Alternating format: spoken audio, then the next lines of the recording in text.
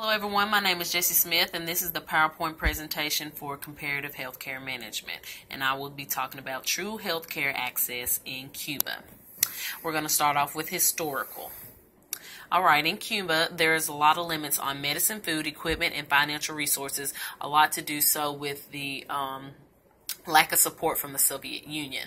And a lot of these, out of all these resources, I believe financial resources is the most important because it determines the others. The other lack of medicine, food, equipment, and later on we will discover water treatment. Yes, water treatment. So as far as the equipment concerning, my issue would be the people not receiving the top level care that they deserve. Healthcare professional teams, these are associated with physicians and nurses that go around assessing people within a community that they familiarize themselves with their conditions.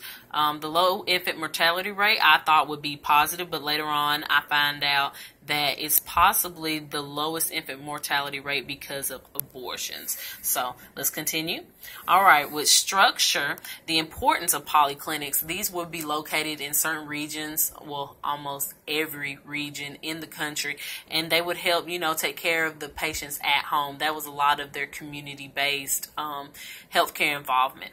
And so healthcare professionals traveling to other countries, yes, to 52 neighboring countries, they would assess and teach and, learn as well on different healthcare approaches.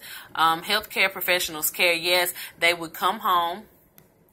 All right, they would visit patients at home, and later on, I will state the kill two birds with one stone method. If they were coming to the house to visit a patient to show concern about them, they would also take out the time to check and see if, another family member was possibly sick at that time.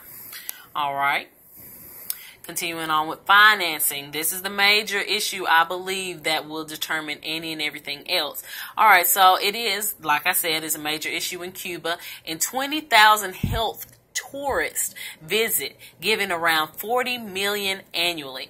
Because a lot of countries offer, certain procedures done. You hear famous people getting certain nose procedures or knee replacement, anything that America doesn't do, or, whatever country you hold citizenship to, does not offer. So, and actually receiving this amount of money, it could help with the financial barrier.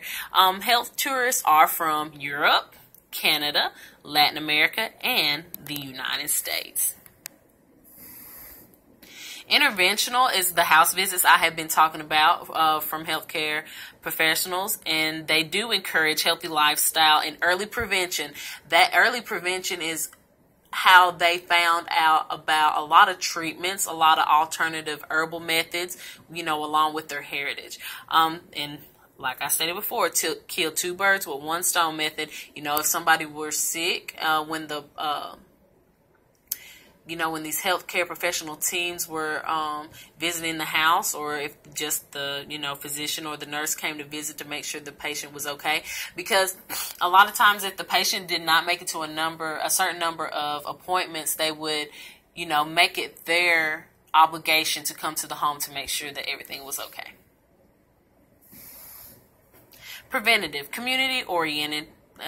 Also a little bit of the house visits, but neighbors concerning that, everybody would just be helpful, because a lot of times the children being brought up into these, that were brought up to be physicians and nurses, were a part of these communities, because the teams of physicians and nurses are determined on the community that the physician or nurse concentrates in, if that makes any sense. And